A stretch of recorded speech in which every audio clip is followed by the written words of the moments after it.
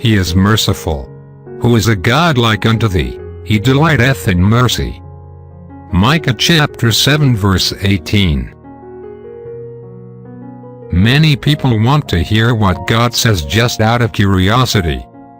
They want to analyze and dissect it in their own test tubes. To these people, God may remain the great cosmic silence out there somewhere. He communicates to those who are willing to hear and receive Him, and willing to obey Him.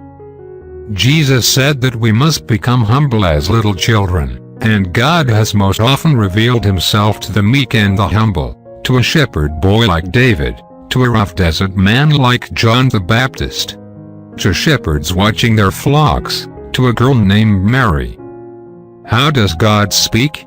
How can a blind man see? How can a deaf man hear? From the beginning God spoke to man. Adam heard the voice of the Lord in the Garden of Eden. Adam had two sons, Cain and Abel, and God spoke to them. Cain spurned that which was revealed to him, but Abel was obedient to the word of God. Abel's response showed that a man tainted and handicapped by sin could respond to God's overtures. Thus, in the beginning, God began by revelation to build a bridge between Himself and people.